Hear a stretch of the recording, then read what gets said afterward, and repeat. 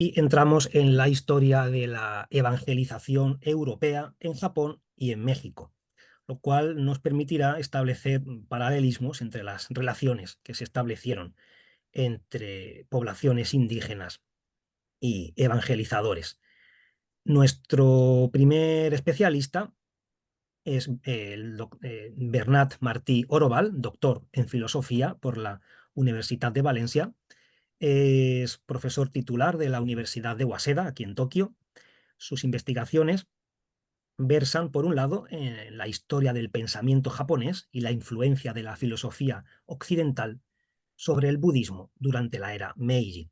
Asimismo, investiga la actividad de los misioneros hispanos en América y Japón durante los siglos XVI y XVII, analizando su antropología misional, así como la interpretación que hicieron de la cultura y las religiones locales. Cuenta con más de una treintena de publicaciones, entre ellas podemos destacar la reciente monografía titulada Una disputa misionera sobre la confirmación durante la persecución japonesa del cristianismo, publicada en japonés y en inglés. Entonces, cuando quieras, Bernat, buenos días. Sí, buenos días, buenas tardes en México. Muchas gracias por la presentación y por la invitación. Y bueno, voy a empezar cuanto antes con la presentación porque no hay mucho tiempo. Vamos a ver. ¿Se puede ver? A ver. Todavía no, ahora sí. Si puedes Mm. hacerlo en grande, Sí, sí. Bien, tengo esto aquí molestando, pero bueno. estupendo. Bien, voy a empezar. Bien, eh, vamos a hablar de la misión japonesa. Me voy a ceñir a los jesuitas porque realmente no disponemos de tiempo suficiente para hablar de las órdenes mendicantes.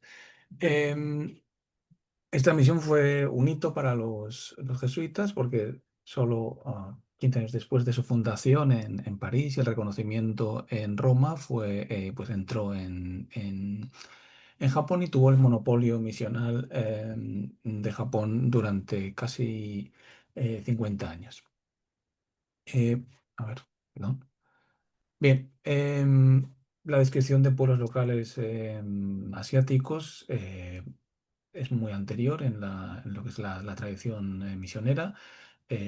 Ya con la llegada del Imperio Mongol a Europa, se abren las rutas que permiten ir a Mongolia de China y tenemos antecedentes. En este caso, aquí tenéis franciscanos que ya hablaron sobre Mongolia y sobre China. Bien, es un material etnográfico de valía, aunque, bueno, evidentemente los misioneros no recogían estos datos por mera curiosidad, tenían la finalidad de acumular conocimientos que los ayudaran a convertir con mayor facilidad a estos pueblos. Y tampoco hay que olvidar el elemento, digamos, propagandístico que tienen estos textos. Por ejemplo, en el caso de Francisco Javier en Japón, se trata también de eh, promocionar a los jesuitas en Europa, atraer a más jesuitas a Japón, atraer donaciones, etcétera. Bien, la misión cristiana en tierras niponas se inicia con Francisco Javier en 1549 y bueno, es algo bueno, inesperado para él, porque en realidad él cuando llega a Asia, a India, a la ciudad de Goa en el 42, pues todavía Japón se sabe que existe, por supuesto, pero es un país cerrado, ¿no? Que no comercia con los occidentales, en este caso con los portugueses.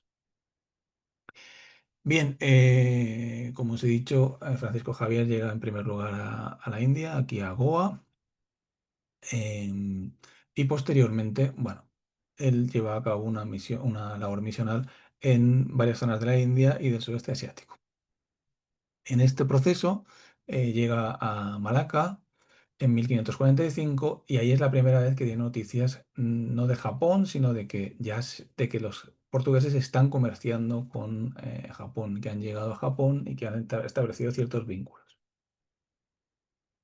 Bien, como os he dicho, él realiza labores misionales aquí en la zona de India, en la costa occidental, la costa oriental. Después se desplaza a Malaca Y ahí es donde, por primera vez de boca de Álvarez, voy a hablar de Japón. Eh, la labor misional de Francisco Javier hasta la época, pues le había eh, producido sinsabores. Digamos que sus cartas nos muestran a un Francisco Javier no muy optimista con la misión en esta zona y, bueno, vierte opiniones realmente muy desfavorables sobre los nativos de la India. Un ejemplo. Aquí os pongo un ejemplo, ¿no? Que escribe en una carta de 1549. Hay muchas citas en esta conferencia, pero no voy a leer ninguna completa porque no hay tiempo. Solo me limitaré a leer las partes en negrita, ¿no? Aquí tenemos cómo habla de los nativos de la India como bárbaros, con costumbres paganas, no tienen inclinación a oír cosas de Dios y de su salvación, corrompidos, inconstantes, hablan poca o ninguna verdad, son gente que no conoce a Dios ni obedece a la razón, son ignorantes y atendiendo a su conversión no son necesarias muchas letras, pero sí muchas virtudes. Bien, em, perdón, se me ha parado esto. ¿Por qué? No sé. Bien. Em, Sin embargo, voy a hablar de Japón y, como veremos después, tiene contacto antes de ir a Japón con japoneses y depositará grandes esperanzas en Japón. Bien, como os he dicho, en Malaca voy a hablar de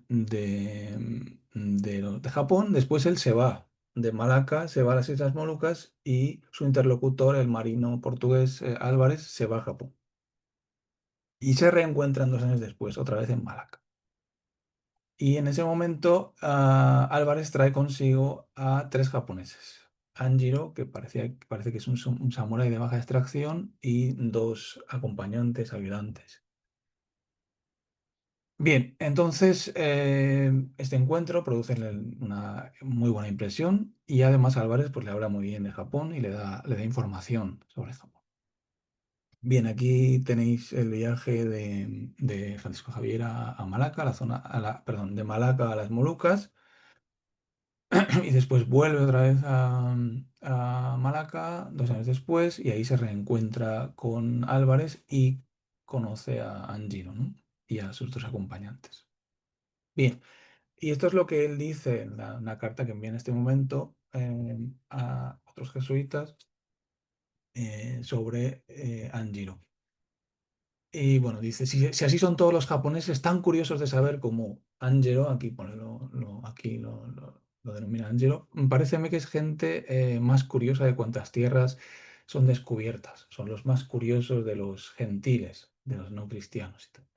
Le hacía muchas preguntas y estaba muy deseoso de saber qué es señal de un hombre se aprovechar mucho y de venir en poco tiempo en conocimiento de la verdad, es decir, en poco tiempo se convertía al cristianismo. Y dice que los japoneses parece que no son gentes que se rigen sino por razón, es decir, solo se rigen por la razón. Bien, es inevitable al leer estas afirmaciones, pues recordar la cita anterior donde habla sobre los nativos de la India, ¿no? Y establece una comparación entre ambas valoraciones. Por un lado, los indios son bárbaros, con costumbres paganas, corrompidos, inconstantes y que no obedecen a la razón, y bueno, lo contrario, ¿no? Los japoneses, si poseyeran las virtudes de Anjiro, pues serían curiosos, inquirirían constantemente, se regirían solo por la razón y solo se convertirían al cristianismo si la predicación de los misioneros respondiera a sus dudas y a su criterio racional, por un lado, y si los misioneros se comportaran de forma coherente, siguiendo aquello que predican, de forma moral. Bien. Las cartas de Francisco Javier nos transmiten la visión de los gentiles tendente a lo hiperbólico, ¿no? Tanto a la hora de destacar sus vicios como sus virtudes, ¿no? Y ahora deposita una esperanza realmente enorme en Japón, aunque siempre hay que tener en cuenta lo que he dicho antes también, este elemento propagandístico que hay detrás de estos documentos, ¿no? Bien, en su viaje a Indonesia, pues también habla de los nativos, en este caso de la isla de Amboy, ¿no? Y no habla bien de ellos, ¿no? Bueno, habla muy mal, como veis. La gente de estas islas es muy bárbara y llena de traición. y habla de sus abominables pecados. Bueno, no puedo extenderme porque si no. La cuestión es que Francisco Javier desde Malaca vuelve a la India, vuelve a Goa y vuelve con Anjiro y sus dos acompañantes. Allí Anjiro y sus acompañantes reciben formación cristiana, son bautizados y mm, los jesuitas recogen muchos datos sobre Japón. Les preguntan mucho y van recopilando datos. Bien, Francisco Javier tiene muchas ganas de ir a Japón, pero no sabe si podrá ir por cuestiones logísticas, por si le dan permiso, etcétera. Pero finalmente sí que es él quien encabeza la misión y llega a Japón el 15 de agosto de 1549. Sus impresiones, de nuevo, son muy buenas y serán constantemente muy buenas sobre Japón. Bien, vemos qué dice en una carta que envía tras su llegada a sus compañeros jesuitas en Goa, ¿no? En la India. Habla de que los japoneses son la gente que hasta ahora tenemos conversado, es la mejor que hasta ahora está descubierta. Digamos, de todas las naciones descubiertas, de todos los gentiles, pues son los mejores. Entre gente infiel no se hallará otra que gane a los japanes. Los llama japanes, japones, etcétera, ¿no? La terminología todavía no está fijada.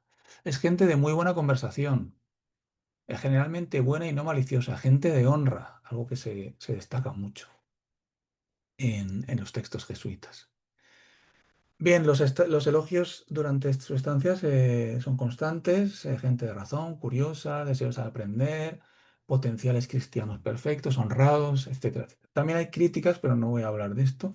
Hay una parte, digamos que mejorable, por supuesto, porque son gentiles. Todo proviene de que no creen en el verdadero Dios, etcétera. Pero bueno, de esto no voy a hablar ahora. Y bueno, Francisco Javier en realidad tiene una estancia muy breve en Japón. Está apenas 2 años.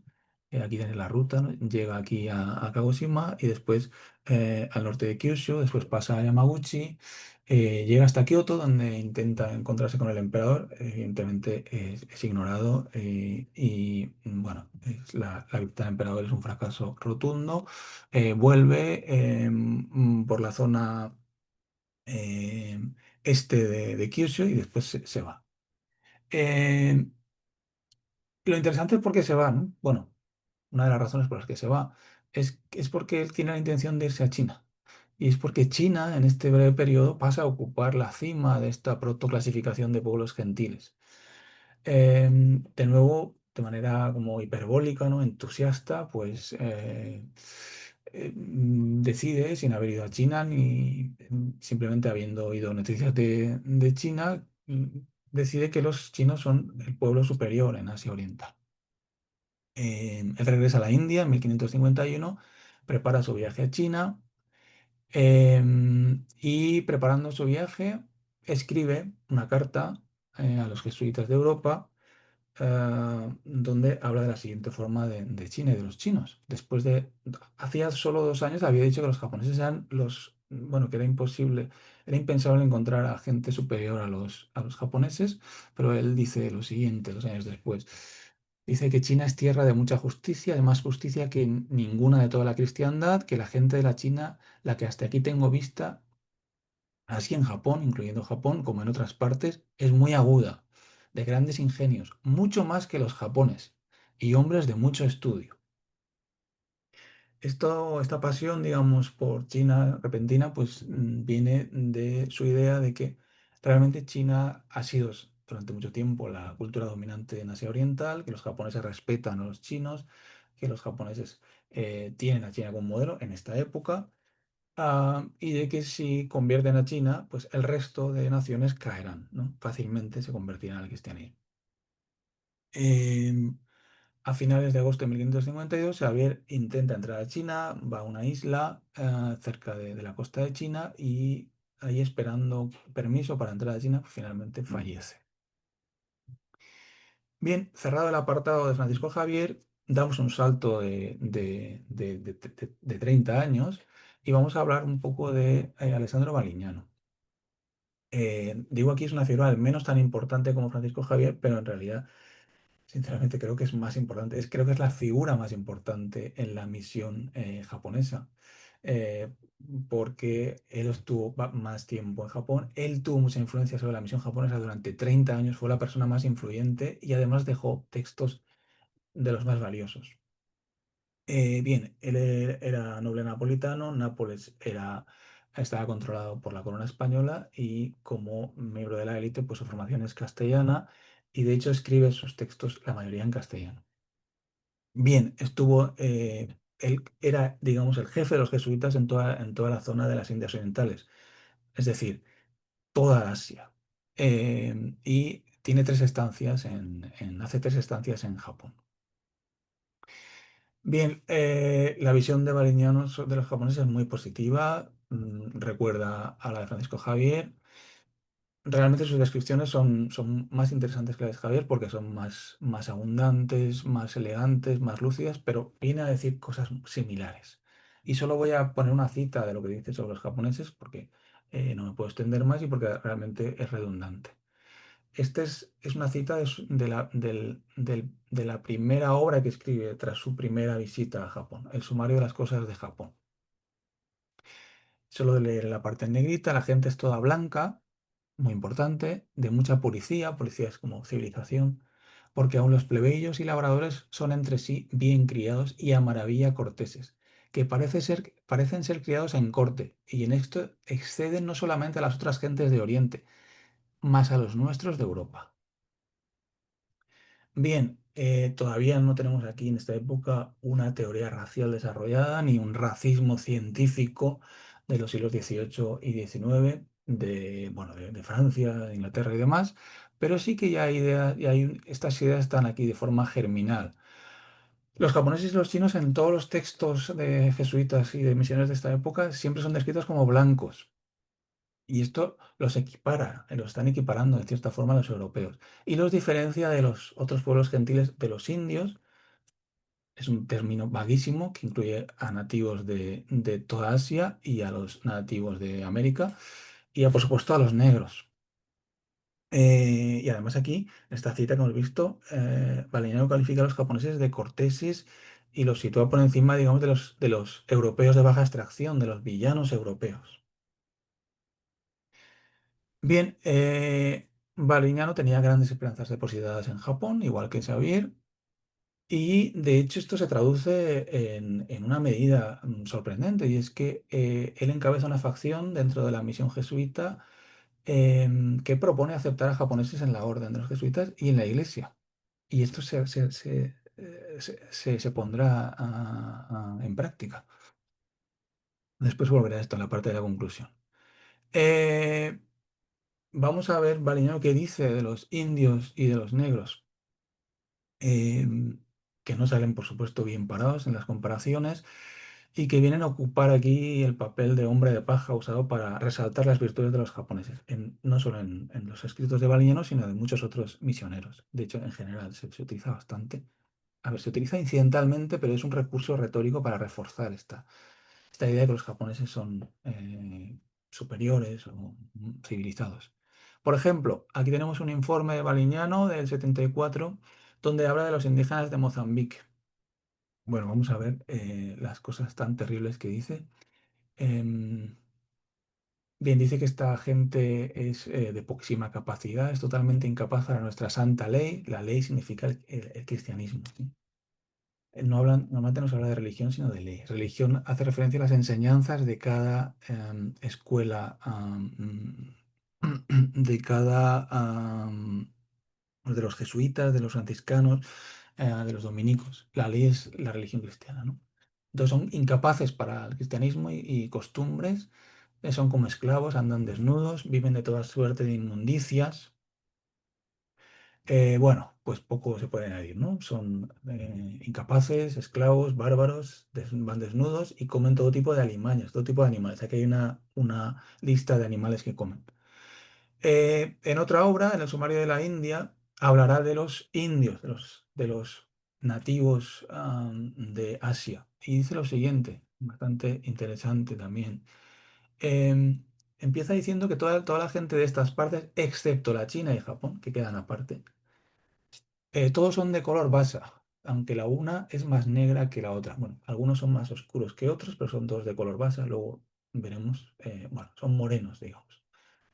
Es común a toda esta gente ser de poco primor y de poca capacidad, y parece, como dice Aristóteles, de su naturaleza nacida para servir. Es gente miserable y avarienta grandemente, y por cualquier ganancia, aun los reyes y señores ricos entre ellos hacen grandísimas vilezas. Son tan miserables y tan bajos que bien, perdón, está aquí mi imagen, se parece ser gente negra. Bien, bien, vemos que describe a los asiáticos como de color baza, que es moreno que tira a amarillo, según la definición del diccionario de la Real Academia Española. Y bueno, son de gente de capacidad muy limitada, avarientos, etcétera, etcétera. Y aquí muy interesante es que habla de bueno, está haciendo referencia a la descripción del esclavo natural hecha por Aristóteles en su Política, que es una autoridad esgrimida, bueno, de forma recurrente en esta época para justificar la esclavización de diversos pueblos indígenas. Y el remate de la cita, pues no deja ninguna duda, ¿no? Cuando dice, son tan miserables y tan bajos que bien parecen ser negros. Bien, aquí, y además al inicio de la cita ha dicho que él no incluye aquí ni a japoneses ni a chinos, que son pueblos civilizados que quedan al margen de esta descripción de los asiáticos, a los que denomina indios, ¿sí? Voy a dar algunos ejemplos más antes de terminar. Hay muchísimos ejemplos, se pueden encontrar muchos. No es que las comparaciones sean constantes, pero sí aparecen aquí y allá en cartas, en distintos tratados. No es una comparación sistemática entre pueblos gentiles, sino de referencias puntuales, pasajes aislados, en donde se complementan descripciones etnográficas del pueblo japonés con alusiones a otros pueblos gentiles. Comparaciones en las que, a excepción del caso de los chinos, el resto de gentiles nunca sale bien parado. Eh, Más ejemplos. Por ejemplo, el jesuita italiano Organtino, en una carta al superior de los jesuitas, se muestra escéptico ante un plan que se estaba pensando en este momento. Realmente nunca se llevó a cabo ni se inició seriamente, pero sí que los jesuitas y los misioneros fantaseaban con la idea de una invasión, que se invadiera Japón desde Filipinas, porque evidentemente con el control del gobierno, el control militar, pues era mucho más fácil la conversión de los japoneses. Aquí él se opone, como muchos se oponen, no por temas morales, sino por cuestiones prácticas, porque lo consideran imposible, porque consideran que Japón estaba demasiado armado y que los españoles no podían. Bueno, lo interesante aquí es el uso retórico con carácter enfático de los otros gentiles, los no japoneses ni chinos, los indios occidentales y los cafres de Mozambique, dentro de su argumentación en contra de una posible invasión hispanolusa de Japón. Y él dice, gente bestial y que no es capaz de razón, como los indios brasileños, los negros de África llamados cafres y otros semejantes, bien pueden ser subyugados con esta manera de armas, pero gentes y naciones de tal intelecto y tan buena inclinación a la propia salvación y tan belicosa como son estos japoneses, no pueden ser controlados, subyugados por una intervención militar española desde Filipinas. Doy un último ejemplo de este uso enfático y el uso de indios y negros para ensalzar las virtudes de los japoneses. Es otro jesuita, Pedro de la Cruz, y él argumenta en sentido contrario, es decir, él sí que está a favor de la invasión, da una serie de razones, y dentro de esta argumentación él habla de que, bueno, que no hay que tener temor si hay una invasión, porque los japoneses son gente muy civilizada y si se lleva a cabo de una manera ordenada y siguiendo una serie de normas, pues ellos no se rebelarán.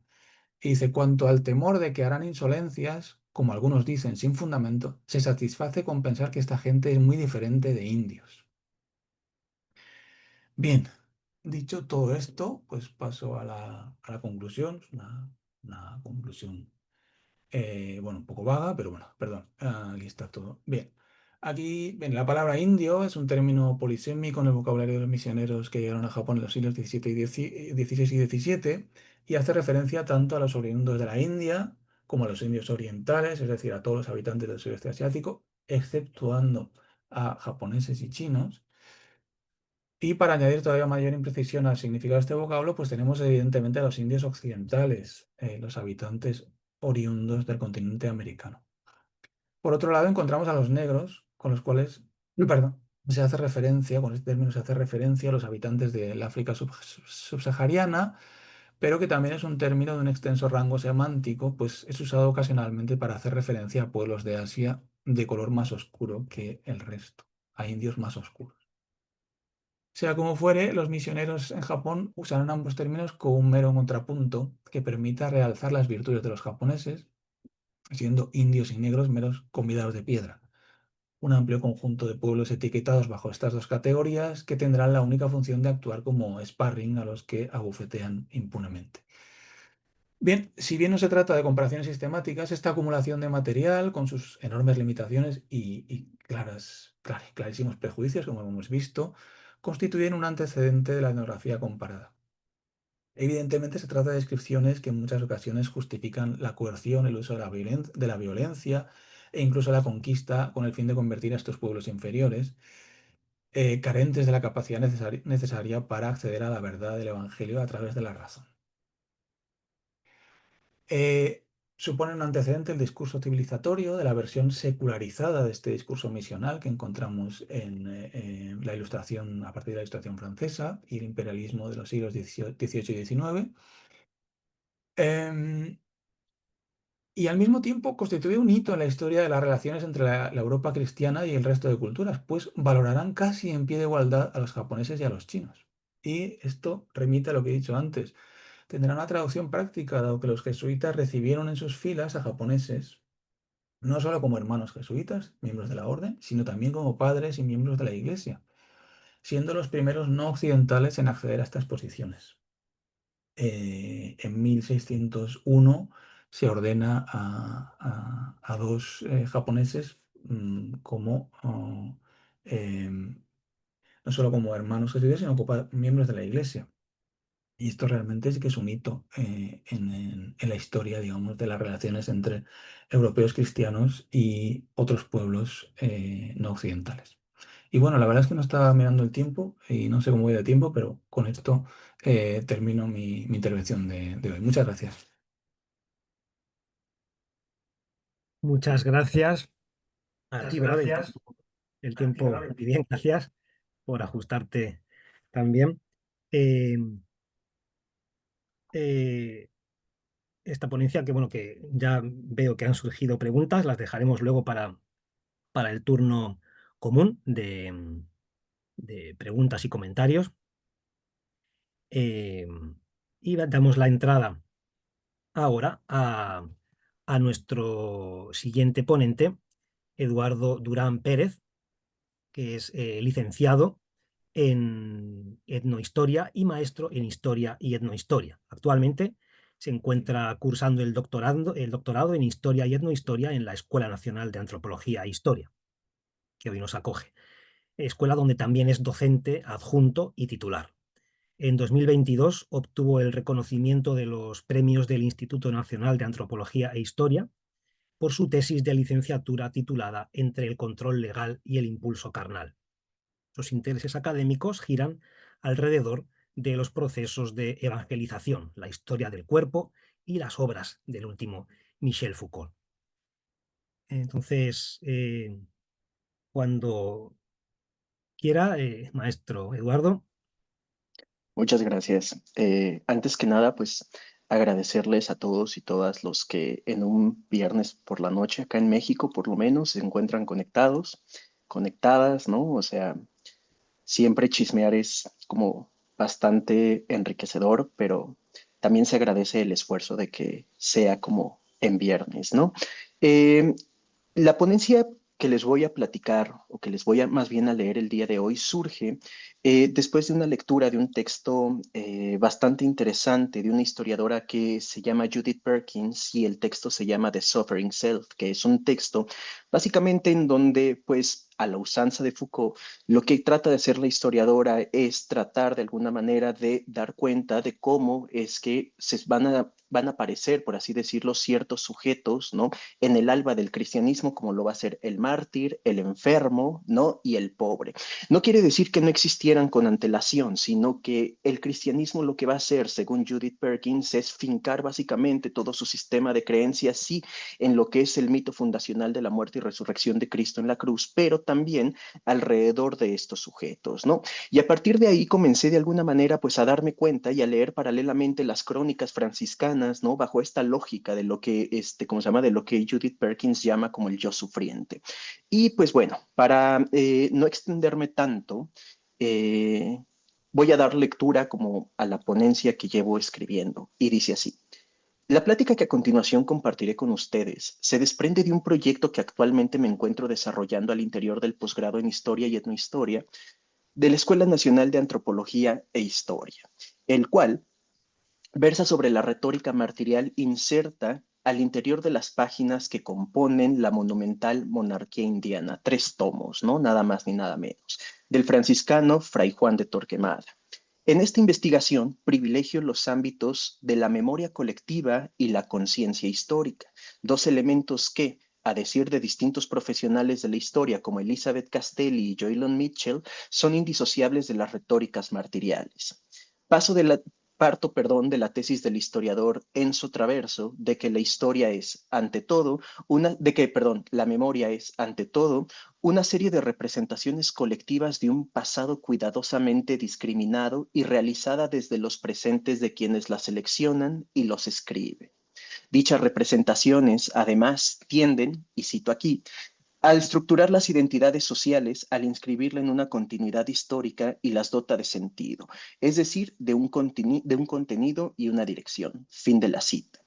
En sociedades de antiguo régimen, tal como lo fue la Nueva España de comienzos del siglo XVII, la memoria colectiva fue siempre de carácter y de naturaleza corporativa y se erigió alrededor de un culto visual o de una rememoración textual hacia los muertos, celebrando la trascendencia cristiana en los marcos de un conflicto político, amén de reforzar las jerarquías sociales de aquí abajo, del mundo de los vivos. Empero, y como bien lo demostró el mismo Traverso, todo acto de rememoración abreva de una concepción particular de la historia y, por consiguiente, requiere de una conciencia histórica concreta. En nuestro caso se trata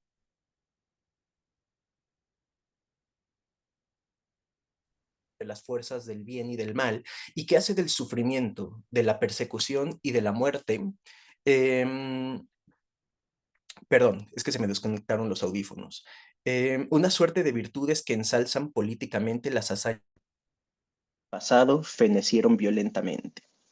Al aproximarme al contenido de la monarquía indiana, pude percatarme que el martirio supuso un importantísimo papel en la constitución del último tomo de la obra del franciscano. Y es que a lo largo de este se observa claramente una taxonomía martírica precisa, en la que el adepto a las enseñanzas de San Francisco de Asís distingue entre dos tipos de martirios históricos.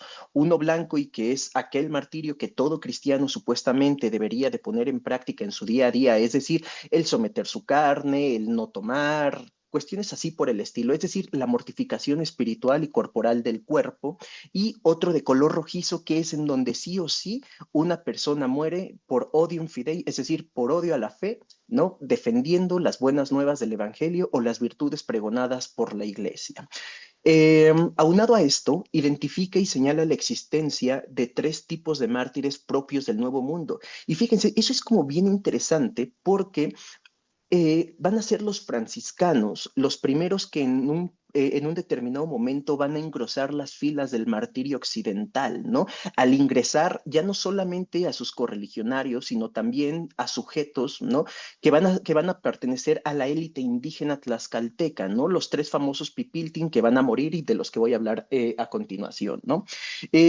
Los cuales va a diferenciar estamentalmente. Los primeros de ellos son los de nuevo cuño, que se corresponden con los infantes tlaxcaltecas, como se los acabo de decir.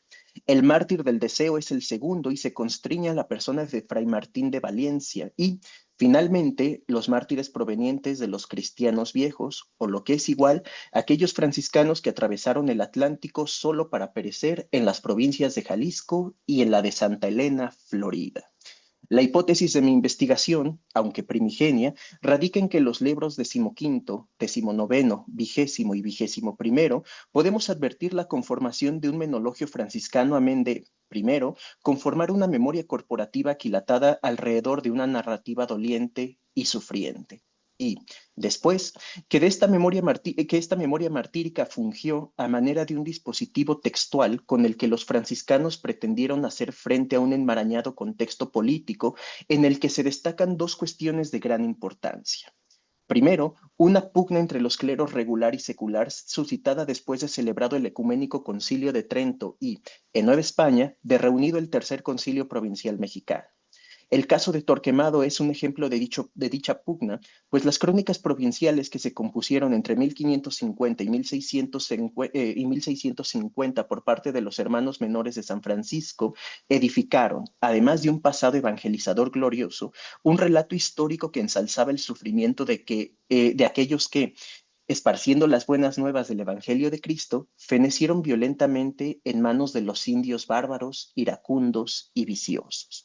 Es en ese sentido que el topos histórico del sufrimiento y la persecución hacia los cristianos se tornó, en esta obra, en una herramienta apologética ante un clero secular cuyas pretensiones eran las de minar los privilegios históricos de los franciscanos desde su arribo a Nueva España en 1524. Y por otro lado, el largado avance colonial de la Compañía de Jesús dentro y fuera de la Nueva España.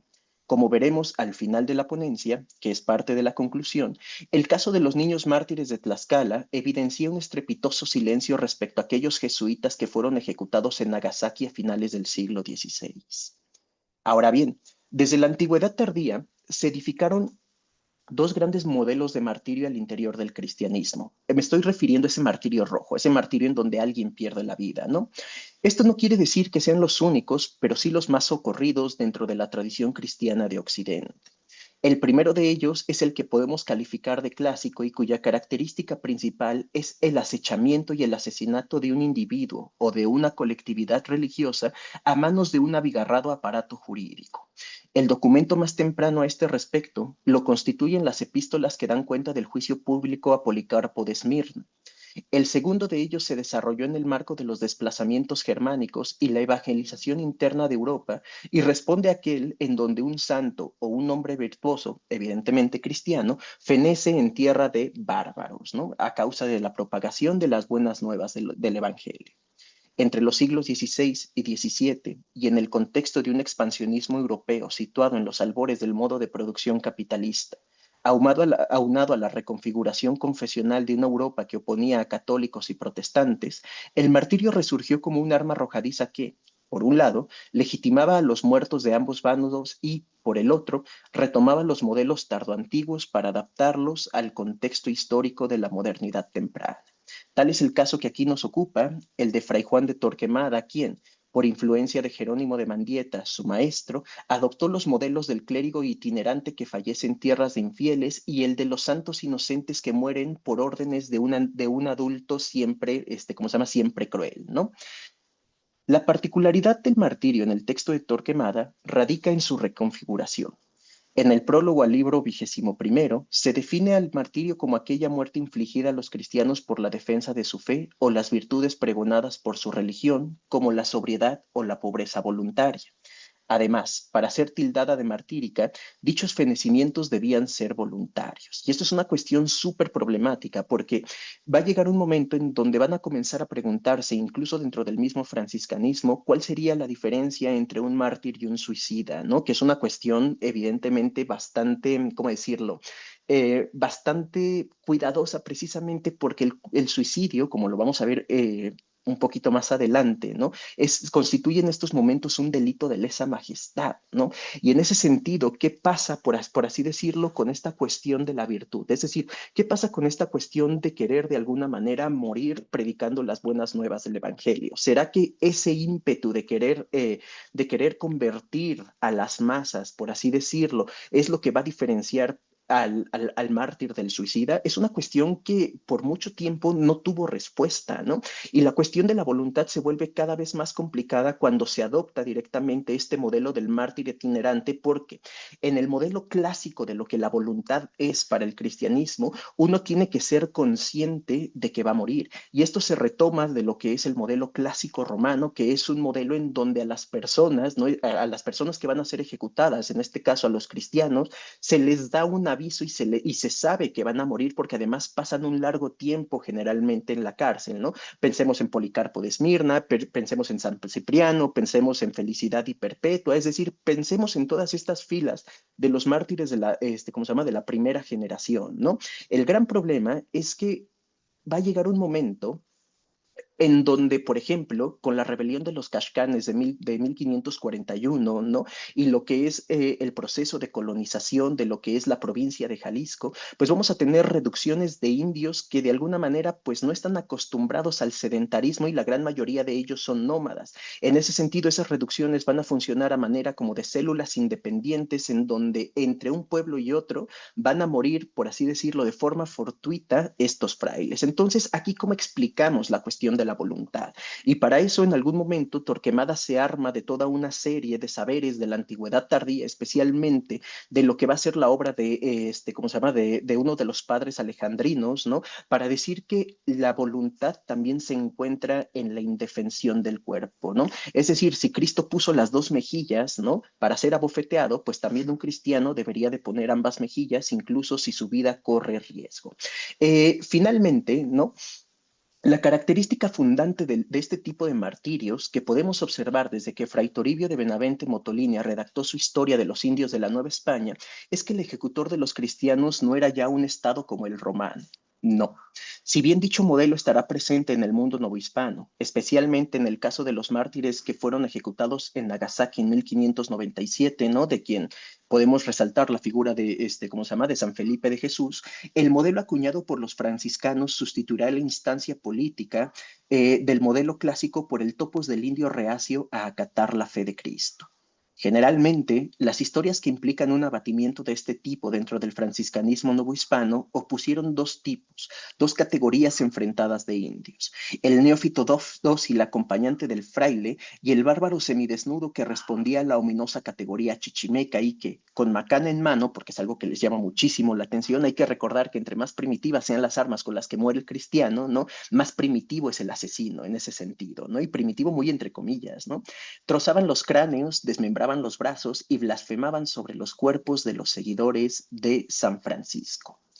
El primer caso documentado sobre un martirio cristiano en tierras novohispanas es el de tres jóvenes pertenecientes a la nobleza tlaxcalteca del siglo XVI, es decir, tres pipiltin, que respondían a los nombres de Cristóbal, Antonio y Juan.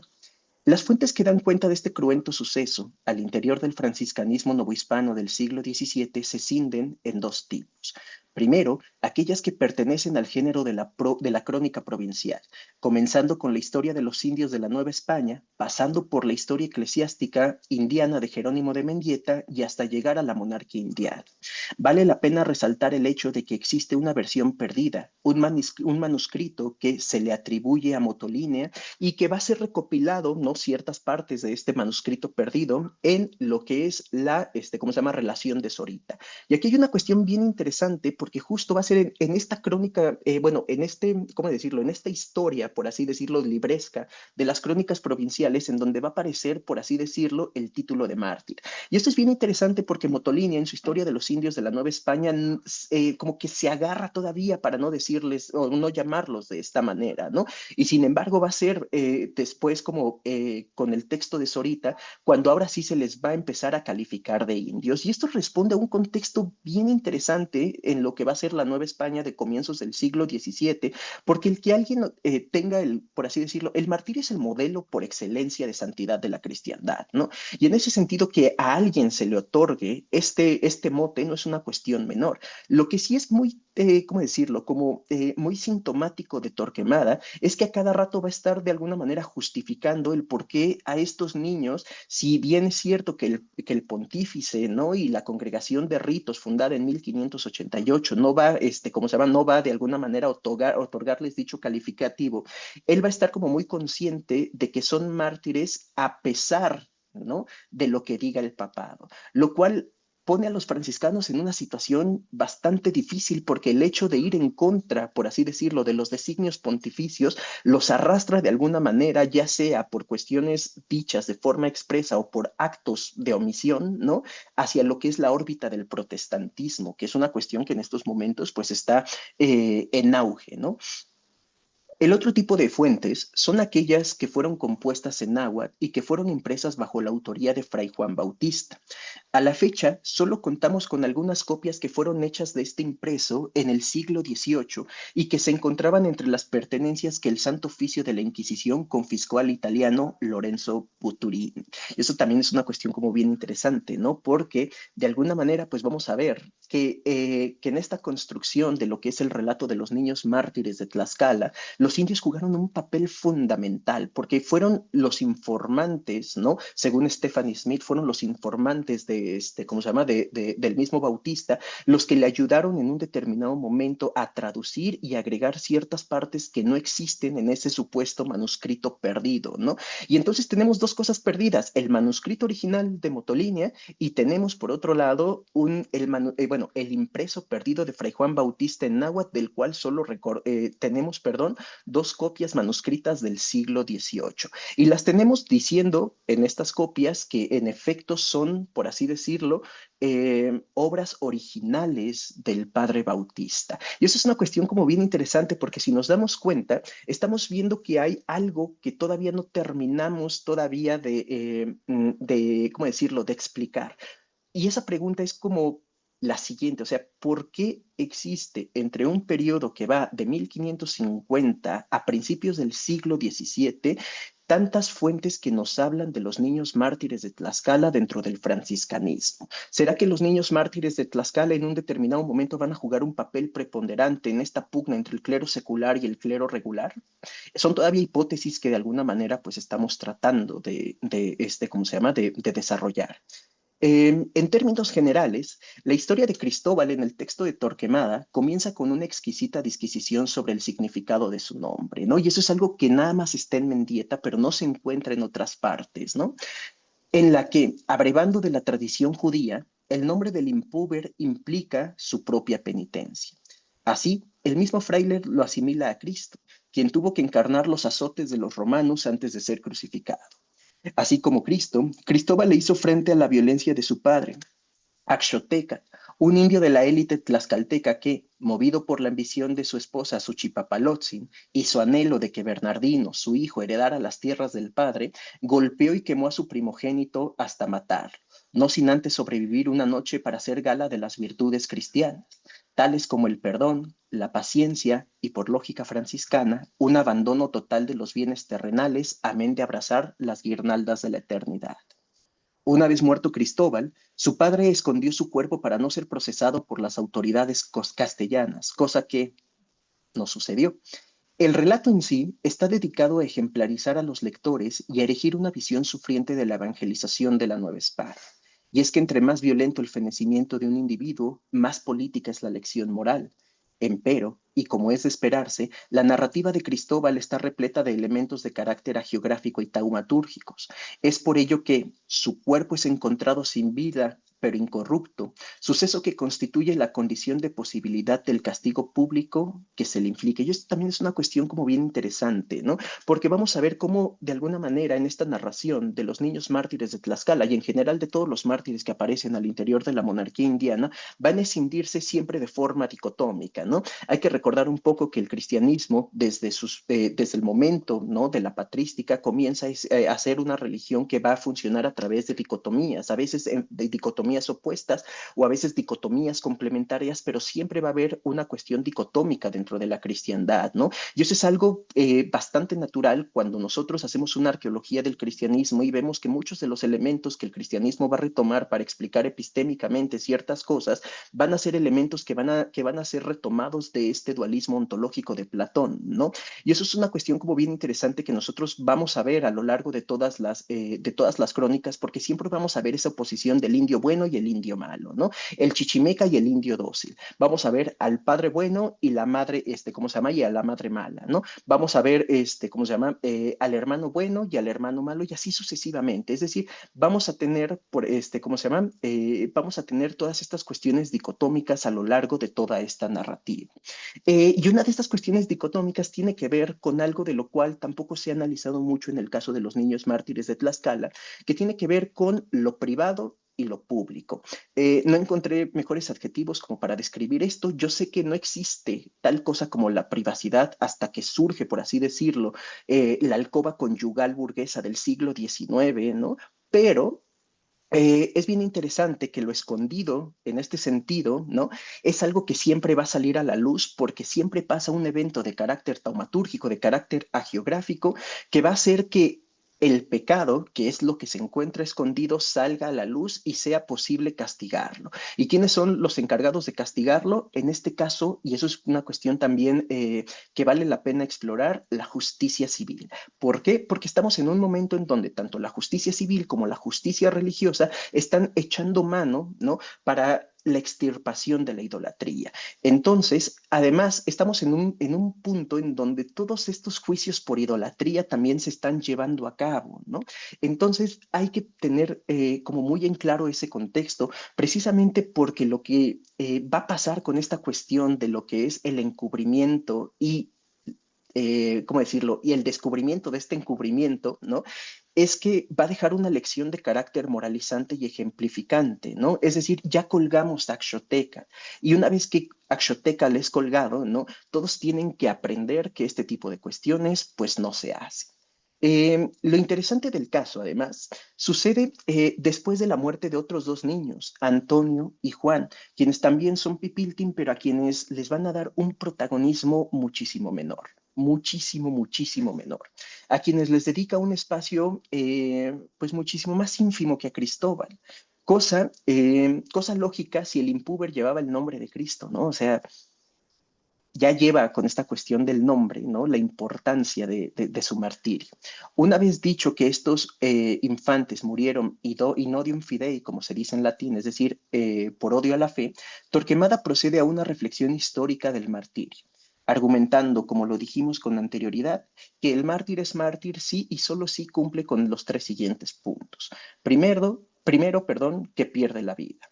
Después, que quien pierde la vida lo hace por voluntad propia.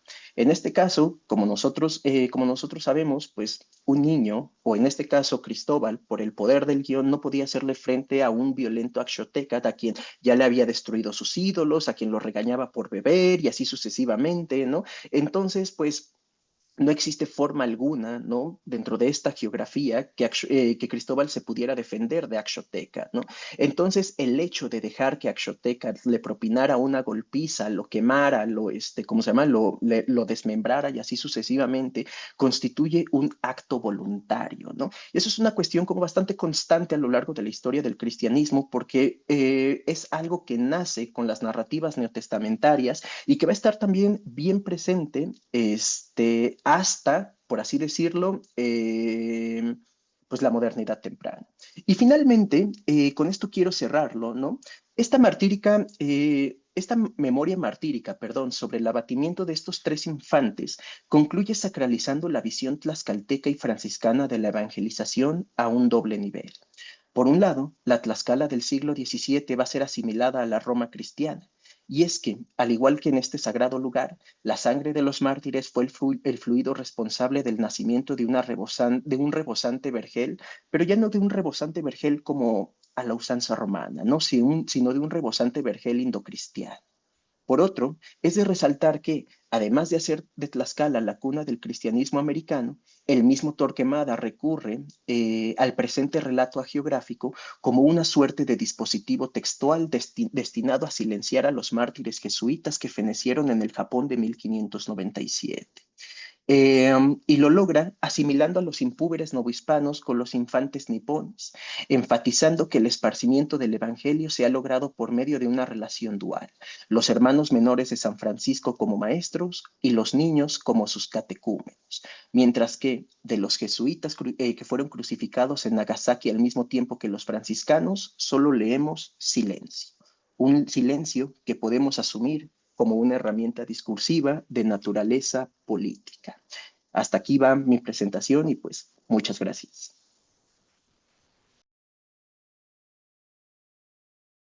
Muchas gracias, maestro Eduardo, por esta interesantísima ponencia y también por ajustarte al, al tiempo. Seguramente habrá muchas preguntas. Tenemos ya una que se presentó hace ya un ratito para el doctor Bernat. La pregunta de Zulma Julieta Castro, que le dirige al doctor Bernat, es ¿de dónde surge su interés por explorar esa temática que hoy nos has presentado? ¿De dónde surge tu interés por la temática que hoy nos has hablado? Bueno, pues es un poco compleja. O sea, quiero decir que, pues, bueno, no sé. ¿Algún Si me detonante remonto a la especial? prehistoria, pues a la carrera de filosofía, donde tuve una asignatura de antropología filosófica, donde vimos misioneros en América y, no sé, las casas, Sepúlveda, etcétera. Y posteriormente, pues, cuando tuve plaza de profesor en la Universidad de Sofía, mi seminario era sobre misioneros en un semestre sobre misioneros en América y otro sobre misioneros en otro semestre misioneros en Japón.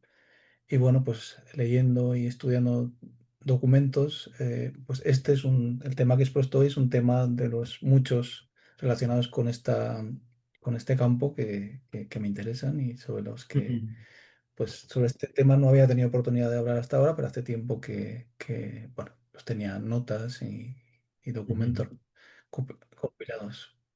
Y Muchas bueno, gracias. pues eso. Has mencionado, por si nuestros público, algunos quizás no conocen la Universidad Sofía, que has mencionado, Bernat, es una universidad que está aquí en Tokio, que es una universidad de los jesuitas. Un dato también relevante. Eh, Hay también otra pregunta para Bernat de Bruno, sí, adelante. Hola Bernat, ¿me escuchas bien? Es que creo que mi internet está fallando. Sí, Yo sí, tenía sí. una pregunta. Bien, bien. Yo tenía una pregunta con respecto a los jesuitas en el caso de China.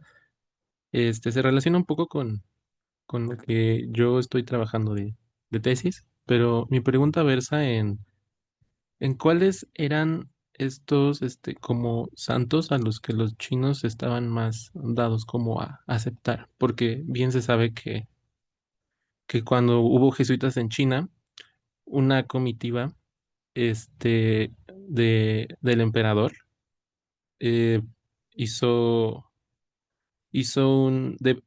confiscó artículos de evangelización jesuitas, entre ellos un crucifijo.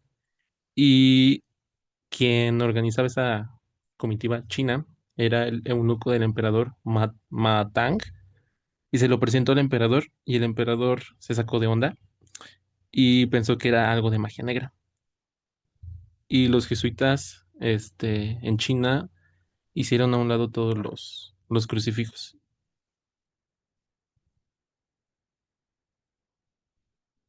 Bueno, realmente me preguntas sobre algo que está fuera de mi campo de conocimiento. No conozco casi nada de la misión católica en China.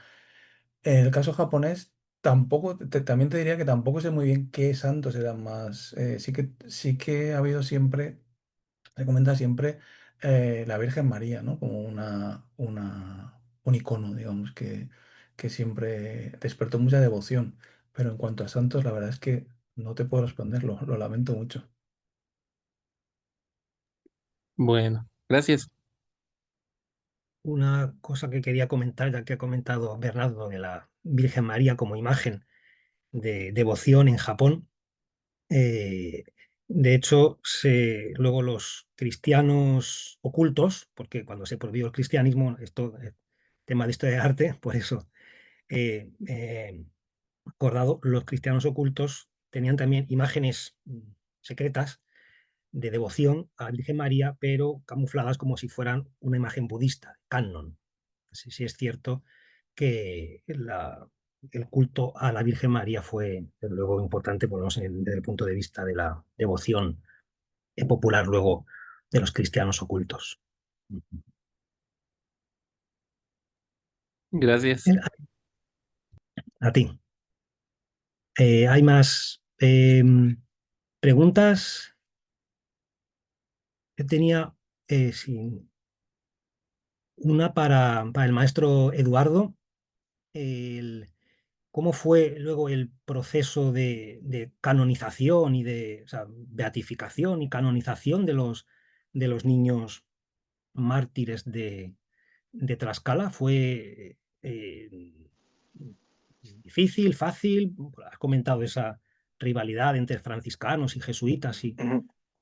mm, Ok, el proceso de beatificación de los niños, si no mal recuerdo, se dio, no mal recuerdo, entre finales del siglo XVII y el XVIII. No estoy muy seguro como de la fecha, pero fueron beatificados todavía durante el dominio hispánico de lo que fue la Nueva España, ¿no? El gran problema es que, pues, como sabemos, ¿cómo se llama? ¿Cómo se llama? La congregación de ritos, ¿no? Es extremadamente burocrática y pues después entran como muchísimas cuestiones, ¿no? Dentro de su interés y entonces el caso queda relegado. No va a ser sino hasta Juan Pablo II que los niños van a ser, ¿cómo se llama? Van a ser canonizados formalmente. O sea, hasta hubo ujú. pompa y todo este tipo de cuestiones, ¿no? Algo muy festivo, muy característico del antiguo régimen, ¿no? A los niños ¿cómo se llama? Se les hizo una gran festividad, ¿cómo se llama? Junto a los mártires del Japón, pero la cosa quedó relegada hasta el pontífice Juan Pablo II. Muchas gracias. Hay también otra pregunta para Eduardo de Zarabashi Daniela Álvarez. La pregunta es, ¿de alguna manera se prefería morir a manos de un arma primitiva para alcanzar más rápido la condición de mártir? Está en el chat. Ok. Eh, No es que se prefiriera. En realidad, y eso es algo que deja muy en claro Torquemada, si las personas que enfrentan martirio tuvieran que no hacerlo, esa sería la opción, evidentemente. O sea, ¿a quién le gusta, o sea, a quién le gusta que le peguen, ¿no? O sea, pero el gran problema con las armas y el martirio tiene que ver con ciertas cuestiones, ¿no? Aquí, por ejemplo, lo que hacen los frailes es, ¿cómo decirlo? Hacer de los martirios algo muchísimo menos técnico y algo muchísimo más agresivo. ¿Qué quiere decir esto? Es decir, si ustedes se dan cuenta, no pasa como en el caso de San Antonio, no pasan como en estos casos en donde se queman por horas los mártires, ¿no? En una cuidadosísima, ¿cómo se llama? Hoguera y cosas así por el estilo, ¿no? Son indios que al calor del momento, que al calor ¿cómo se llama? Del coraje que tienen por ser sedentarizados, ¿no? Pues van a matar a los frailes con lo que traen. Lo que llama mucho la atención es que lo que más le llama la atención a los frailes van a ser las macanas, ¿no? Es decir, como si la macana fuera sinónimo de barbarie.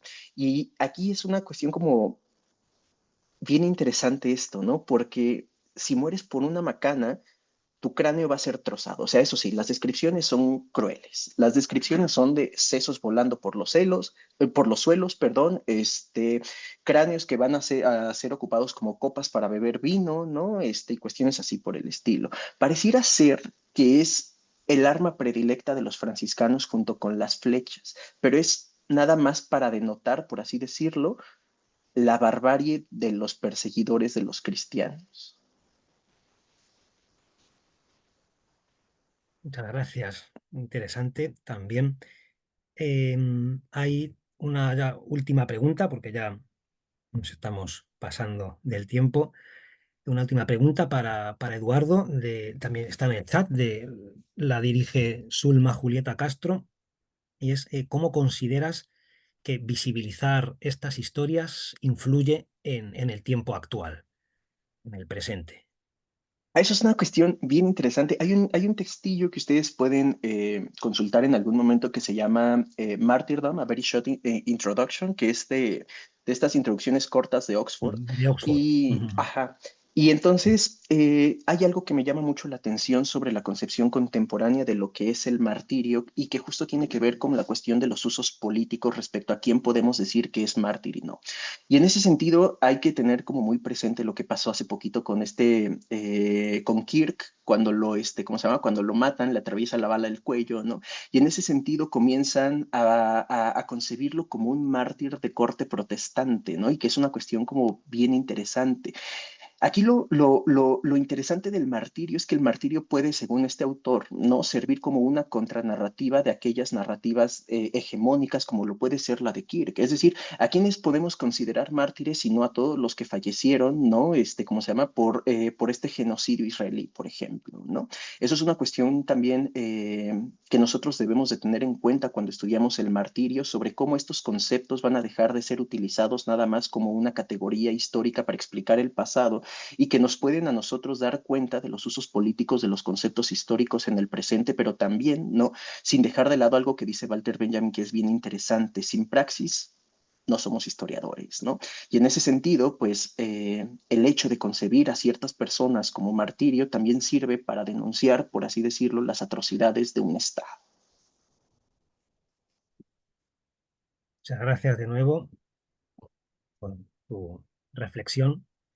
Eh, bueno, ya es la hora de concluir este encuentro de hoy. Agradecer a los ponentes, al público, por su presencia y por su participación.